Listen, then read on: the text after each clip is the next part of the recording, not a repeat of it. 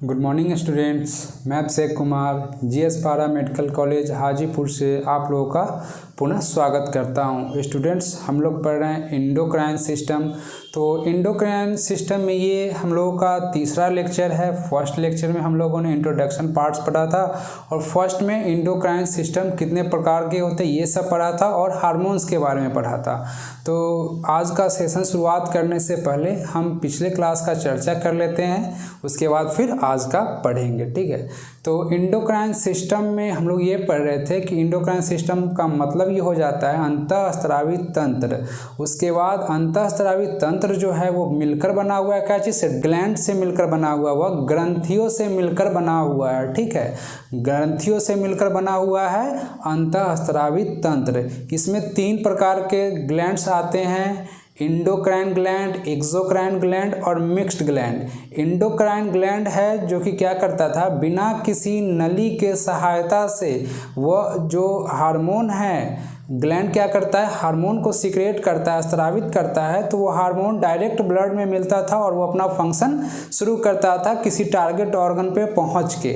ठीक है, वो हो जाता था हमारा इंडोक्राइन ग्लैंड। फिर एक्सोक्राइन में क्या होता था कि वो क्या करता था एक्सोक्राइन कि डक्ट के माध्यम से, दैट मीन्स क्या, नली के माध्यम से वो ब्लड में मिलता था, तब वो अपना फंक्शन शुरू करता था। और मिक्स्ड ग्लैंड में ये होता था कि जैसे हमारा जो भी ऑर्गन है, इंडोक्राइन एक्सोक्राइन डक्ट का भी यूज़ करता था और बिना डक्ट का भी ये ग्लैंड यूज करता था। इसमें हमारा एग्जाम्पल आ जाता था पेंक्रियाज, गोनाड्स, ये सब जो था हमारा मिक्स्ड ग्लैंड था। ठीक है, तो मिक्स्ड ग्लैंड, ये सब जो ग्लैंड बेसिकली क्या करता था, हार्मोन को सीक्रेट करता था।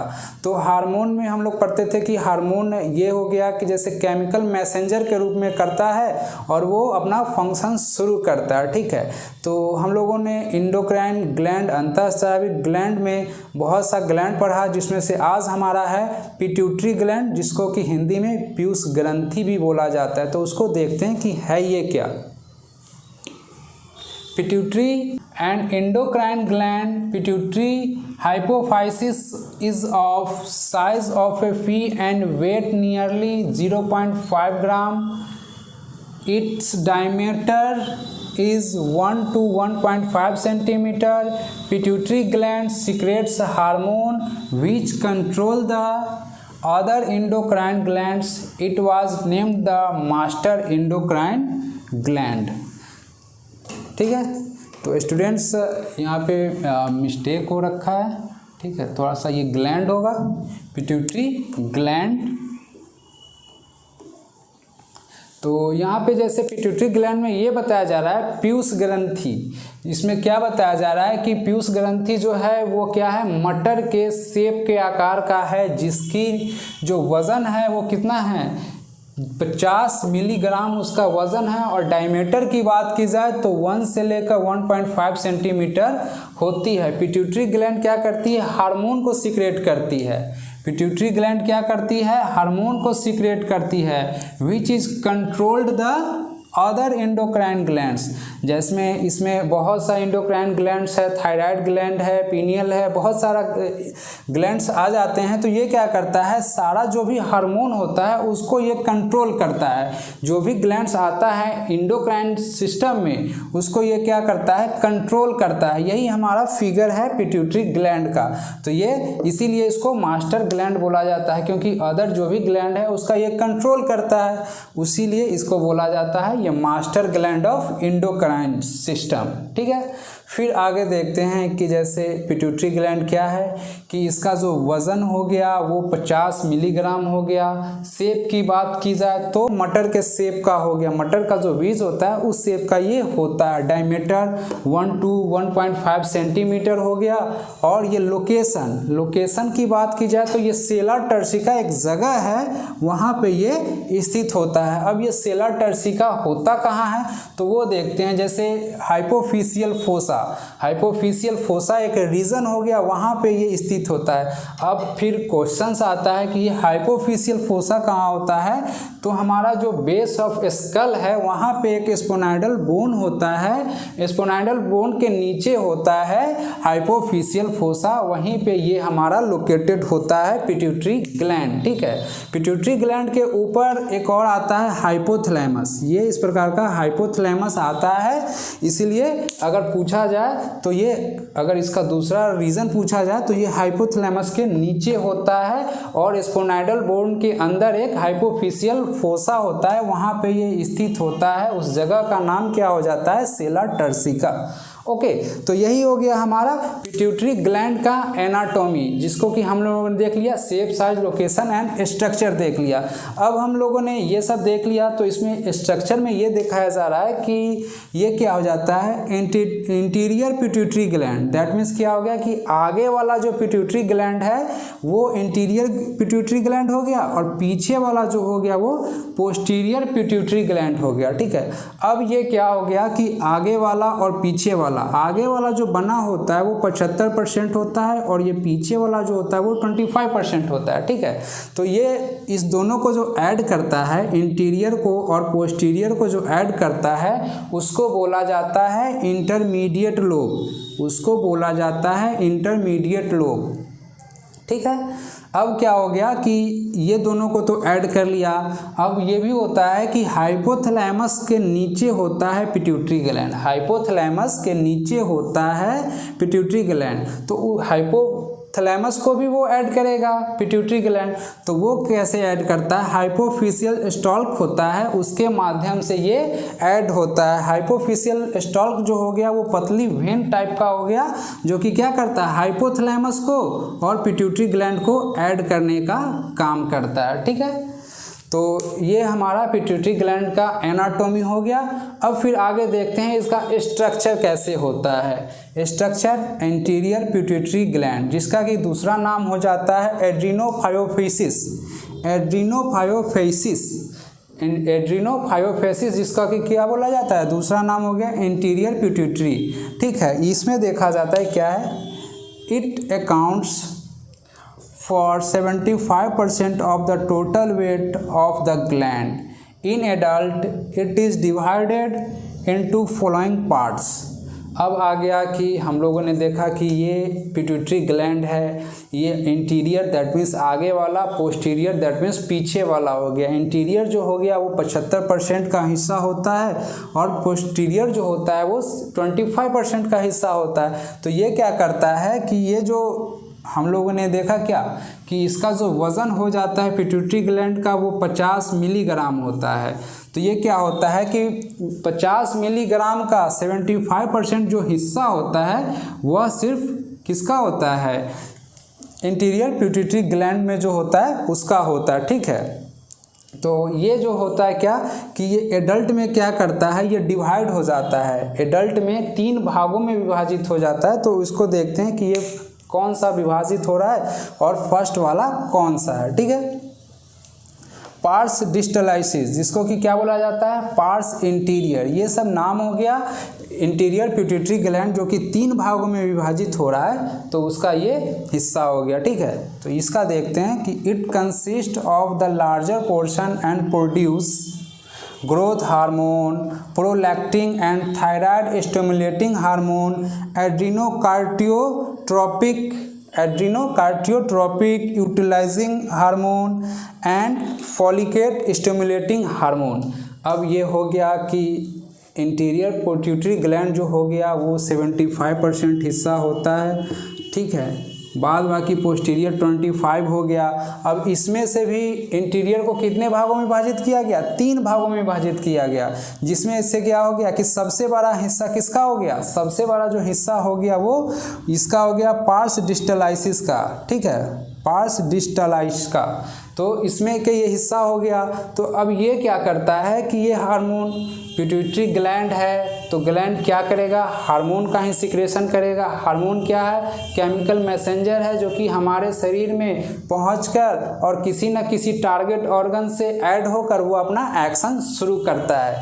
तो इसमें से क्या होता है कि देखते हैं कि कौन कौन सा हार्मोन इससे पास आउट हो रहा है। ठीक है, ये क्या करता है? ग्रोथ हार्मोन को रिलीज करता है, प्रोलैक्टिन करता है, प्रोलैक्टिन हार्मोन होता है उसको ये रिलीज़ करता है। थायराइड स्टिमुलेटिंग हार्मोन है उसको ये रिलीज़ करता है। एड्रीनोकार्टियोट्रोपिक होता है उसको रिलीज़ करता है। ल्यूटिलाइजिंग हार्मोन होता है एंड फॉलिक स्टिमुलेटिंग हार्मोन होता है। तो ये सब जो हार्मोन हो गया वो कैसे, जैसे हम लोग तो पढ़ेंगे तो सबको एक अलग अलग पढ़ेंगे, बट ये क्या करता है कि ग्रोथ हार्मोन को रिलीज करता है।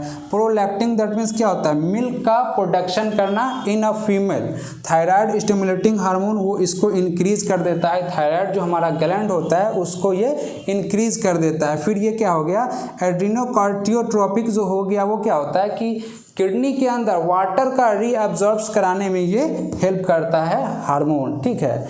ये हो गया ल्यूटिलाइजिंग हार्मोन, ये रिलेटेड है गोनाड्स ग्लैंड से। जैसे फीमेल में क्या होता है कि फीमेल में मेंस्ट्रुएशन साइकिल चलता है तो वो इसको क्या करता है, मेंटेन करता है, कंट्रोल करके रखता है। और ये हो गया फॉलिकेट स्टिमुलेटिंग हार्मोन क्या करता है, रोम उत्तेजित हार्मोन होता है जो कि हमारे शरीर के अंदर रोम का उत्तेजना बढ़ा देता है बाय द केमिकल्स के माध्यम से, ठीक है। तो ये जो पिट्यूटरी ग्लैंड का फर्स्ट इंटीरियर जो हो गया, इंटीरियर 75% का बना था, उसमें से भी जो बड़ा हिस्सा है वो पार्स डिस्टलाइस का बना हुआ है जिसको कि पार्स इंटीरियर भी बोला जाता है। उसमें से क्या हो रहा है कि ये सब बहुत सारे हार्मोन हैं वो सब रिलीज हो रहा है इसी के वे से, ठीक है, इसी के प्रोसेस से रिलीज हो रहा है। तो इसमें बहुत सा आ गया, जैसे थायराइड आ गया, ग्रोथ हार्मोन हो गया। तो हम लोग इसका इंटीरियर पिट्यूटरी ग्लैंड को पूरा पढ़ लेंगे, जैसे कि ये फर्स्ट ही हुआ, 3 पार्ट्स में विभाजित हुआ है, 3 को पढ़ लेंगे। उसके बाद जो भी हार्मोन आ रहा है उसको सिंगल करके पूर्ण रूप से डिस्कस करेंगे, ठीक है। तो आगे देखते हैं हम लोग इसका सेकेंड जो पार्ट है उसको देखते हैं, ठीक है। फर्स्ट था पार्स डिस्टलाइसिस, सेकेंड हो गया पार्स ट्यूबरलाइसिस, और ये दोनों को जो विभाजित कर रहा है उसको बोला जा रहा है पार्स इंटरमीडिएट, ठीक है।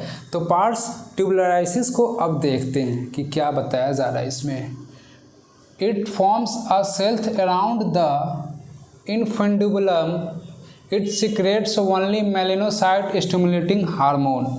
स्टूडेंट्स, जैसे क्या हो रहा था कि पार्स डिस्टलाइसिस में क्या हो रहा था कि उसमें वो जो जैसे क्या हो रहा था कि ये इस प्रकार का बन रहा था क्या, पिट्यूटरी ग्लैंड, जिसमें से इंटीरियर पिट्यूटरी ग्लैंड जो था वो 75% ऑफ वेट था किसका, पिट्यूटरी ग्लैंड का, और 25% था किसका, पोस्टीरियर बन पा रहा था। तो इसमें अब ये इंटीरियर को देखा जाए तो इंटीरियर जो है वो 3 भागों में विभाजित हुआ, बेसिकली हुआ 2 में। एक है वो लाइन है जो कि क्या कर रहा है, वो 2 को विभाजित कर रहा है, तो ये तीसरा भी आ जा रहा है, ठीक है। तो ये हमारा फर्स्ट जो हो रहा था वो पार्स डिस्टलाइसिस हो रहा था, जिसमें से इंटीरियर पिट्यूटरी का सबसे बड़ा भाग था। उसके बाद हमारा हो जाता था पार्स ट्यूबरलाइसिस जो कि इंटीरियर का ये छोटा है। इंटीरियर में देखा जाता था तो आता है कौन कौन सा, बहुत सारे हार्मोन को वहीं से सीक्रेट कर लिया जाता था पार्स डिस्टलाइसिस से, जिसमें से हमारा होता था ग्रोथ हार्मोन, थायराइड हार्मोन, एड्रीनोकार्टियोप।